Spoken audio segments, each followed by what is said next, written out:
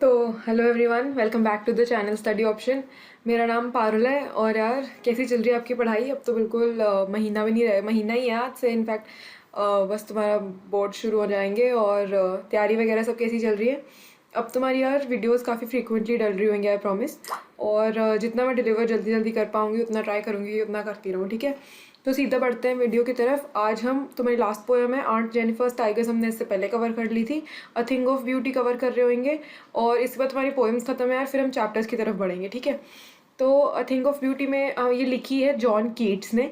तो पहले मैं आपको इसकी बेसिक वही प्रोसेस रहेगा, मैं आपको इसकी बेसिक आउटलाइन पढ़ाऊंगी। फिर मैंने इस पोएम को 4 पैराग्राफ्स में ब्रेक कर रखा है और पैराग्राफ वाइज पैराग्राफ मैं आपको अपने नोट्स के थ्रू जो यहाँ पे हैं उनके थ्रू भी सारा चीज़ें एक्सप्लेन कर रही होंगी, कैसे कहाँ पे कौन सी चीज़ें इंपॉर्टेंट हैं, क्या क्या वर्ड मीनिंग यूज़ हो रहे हैं, कुछ भी यूज़ हो रहा है वो मैं एक्सप्लेन कर रही हूँगी। तो यार शुरू करते हैं। अ thing of beauty John Keats ने इसे लिखा है। तो यार इस पोएम की बेसिक आउटलाइन यही रिवॉल्व करती है कि कैसे हम लोग हमारे अराउंड जो नेचर होता है उसको कैसे फॉर ग्रांटेड लेते हैं। जो भी हमें गॉड गिफ्टेड चीज़ें मिली हैं उनको रियलाइज़ नहीं करते हैं अपने अराउंड। तो ये पोएम बेसिकली हमको बता रही होती है कि कैसे हम लोगों को छोटी छोटी चीज़ों में अपनी खुशी ढूंढनी चाहिए। जैसे फॉर एग्जाम्पल, जब भी लाइफ में कुछ भी चीज़ है जो हमें परेशान कर रही होती है, तंग कर रही होती है, वो छोटी सी छोटी चीज़ हो सकती है। जैसे कि आपको बहुत गर्मी लग रही है किसी दिन, तो आप बस एक पेड़ के नीचे छाँव में जाके बैठ जाते हो। उसके बाद जब धूप चली जाती है तो आप चले जाते हो, पर आप उस छाँव को अप्रिशिएट नहीं करते जो आपके लिए इतना कुछ कर रही है। आपको फीलिंग ऑफ सेटिस्फैक्शन मिल जाती है, हाउएवर आप लोग उसे अप्रिशिएट करना भूल जाते हो।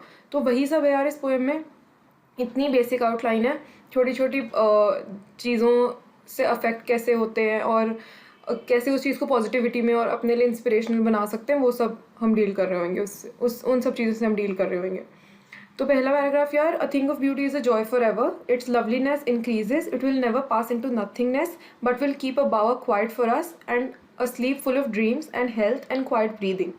तो इसका मतलब यार पहले पैराग्राफ में ये आता है जहाँ पे हमें जॉन कीट्स जो पोएट है इस पोएम के, वो हमें बता रहे होते हैं कि जो भी चीज़ होती है, जो भी सुंदर चीज़, जो चीज़ हमें बहुत ज़्यादा प्यारी होती है, हमें बहुत ज़्यादा पसंद होती है, वो हमारे लिए उसकी सुंदरता कभी फेड नहीं होती है। वो फॉर एवर हमारे लिए वही पॉजिटिविटी सोर्स का काम करती है जैसे वो हमें पहली बार जब मिली थी हम तब करी थी जब। और ऐसा नहीं है कि छोटे से टाइम के बाद उसकी ब्यूटी फेड हो गई या हम उससे बोर हो गए, ऐसे नहीं होता है।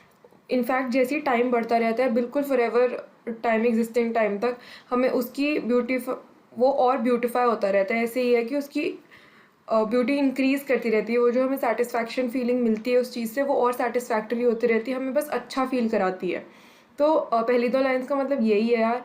For example, beauty is like a beautiful shady tree under whose shade all the creatures can sleep peacefully and enjoy the cool breeze. तो यही है यार, जैसे मैंने आपको पहले भी बेसिक आउटलाइन जब बता रही थी तब भी था कि छोटी छोटी चीज़ों में हम कैसे खुशी ढूंढ सकते हैं और कैसे कैसे अपनी सेटिस्फैक्शन ढूंढ सकते हैं। जैसे एक गर्मी के दिन के अंदर हम लोग पेड़ के नीचे जाके सो गए, छाँव है, ठंडी ठंडी हवा भी वहाँ पे हल्की हल्की चल रही है और हमें बहुत अच्छा लग रहा है। वो फीलिंग डिस्क्राइब कर रखी है यार कि कैसे नेचर और गॉड के थ्रू जो हमें गिफ्ट्स मिले हैं वो कैसे हमारी सेटिस्फैक्शन को इंक्रीज़ करती है और हमें रोज़ कैसे इंस्पायर करती रहती है। उसके बाद हम अपने सेकंड पैराग्राफ की तरफ बढ़ते हैं जो शुरू होता है therefore on every morrow are we wreathing से लेके फ्रॉम आर डार्क स्पिरिट्स, ठीक है? तो पूरा लाइन नहीं पढ़ रही हूँ, मेक श्योर कि तुम एनसीईआरटी से पढ़ रहे हो, वो मैं पीडीएफ नीचे लिंक कर दूंगी डिस्क्रिप्शन में। और उसके बाद तो मैं सीधा पैराफ्रेजिंग की तरफ लेके जाती हूँ। The poet here tells us that it is the beauty of the earth which binds us with positivity and inspirational thoughts. इसका क्या मतलब है यार? तो बेसिकली हम देखते हैं हर रोज़ नेचर को रिवाइव करते हुए, हर रोज़ हम देखते हैं कि कैसे नेचर इवॉल्व हो रहा है या जो भी हो रहा है। तो वो सब हम देखते हैं और फिर उसमें उसमें से हम कैसे पॉजिटिविटी और इंस्पिरेशन अपने लिए एक्सट्रैक्ट कर सकते हैं, उसके ऊपर है ये पैराग्राफ। जैसे फॉर एग्जांपल, बहुत टाइम होता है जब इंसान के दिन अच्छे चल नहीं रहे होते हैं, बहुत ग्लूमी या डिप्रेसिव डेज होते हैं, तो उसके अराउंड क्रूअल लोग होते हैं, बहुत सैड मोमेंट्स आ जाते हैं। पर उस टाइम पे नेचर है वो हमारे अंदर डिज़ायर बिल्ड इन करता है कि हम कैसे लाइफ में आगे बढ़ते रहें। बिल्कुल उसी तरह हम लोगों को वही छोटी छोटी चीज़ें स्पॉट करनी है नेचर की जो हमें इंस्पायर कर सकती हैं, ताकि हम अपने उस नेगेटिव इन्वायरमेंट से बाहर आ सके, उस स्फीयर को अपने आप को इनगल्फ करने ना दें। ठीक है, तो सेकेंड पैराग्राफ इतना ही है। इसके बाद हम अपने थर्ड पैराग्राफ पे चलते हैं। Such the sun the moon trees old and young से लेके है हमारा द मिड फॉरेस्ट ब्रेक तक, ठीक है। तो यहाँ पे इस पैराग्राफ में हमें पोएट ने बता रखा है कुछ ऐसी चीज़ें जो हम लोग रोज़ देखते हैं बट नोटिस नहीं करते हैं और रियलाइज़ नहीं करते हैं कि वो हमें कैसे हेल्प कर रही होती है, कैसे वो नेचर के थ्रू हमारे लिए गिफ्ट और हमें उसे ट्रेजर करना चाहिए। फॉर एग्ज़ाम्पल हमें बता रहे होते हैं कि कौन सी ब्यूटीफुल चीज़ें हमारे अराउंड जो है, sun, moon, trees, flowers in particular daffodils हैं, रिवर्स। तो यार कैसे कैसे इन चीज़ों की वैल्यू और वर्थ हमें समझनी चाहिए अपनी लाइफ में।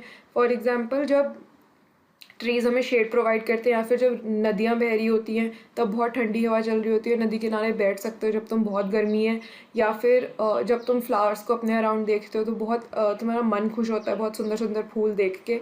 तो वही छोटी छोटी फीलिंग ऑफ सेटिस्फैक्शन है यार जो नेचर हमें प्रोवाइड करती है। थर्ड पैराग्राफ में इतना ही है।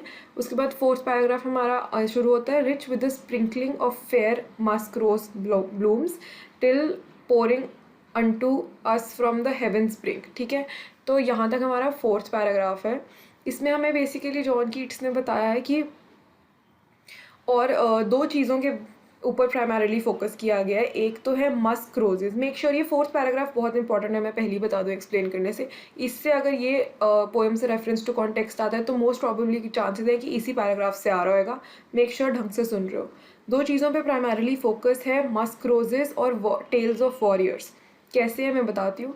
मस्क रोजेज यार बहुत सुंदर से थोड़े स्केर्स से थोड़े रेयर काइंड ऑफ रोज़ होते हैं जो फॉरेस्ट के बीच में बहुत रेयरली मिलते हैं, पर हाउएवर उनकी फ्रेग्रेंस बहुत रेडिएटिंग होती है, बहुत ज़्यादा सेटिस्फैक्टरी होती है। वो पूरे इन्वायरमेंट को इनलाइटन कर सकता है।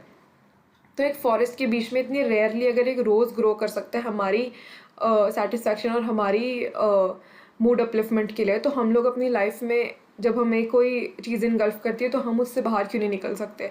ये मैसेज इसमें पोर्ट्रे किया गया है। उसके बाद हमारे पास आती है टेल्स ऑफ माइटी वॉरियर्स। तो उसमें यार जो सोल्जर्स होते हैं जो अपने देश के लिए लड़ते हुए या अपनी फैमिलीज़ या किसी को भी प्रोटेक्ट करते हुए अपने बारे में ना सोच के अपनी जान दे देते हैं और सैक्रिफाइस करते हैं अपनी लाइफ, उनके बारे में है कि कैसे हमें उनसे इंस्पायर होना चाहिए और कैसे एक फीलिंग ऑफ सेल्फलेसनेस अपने अंदर डेवलप करनी चाहिए।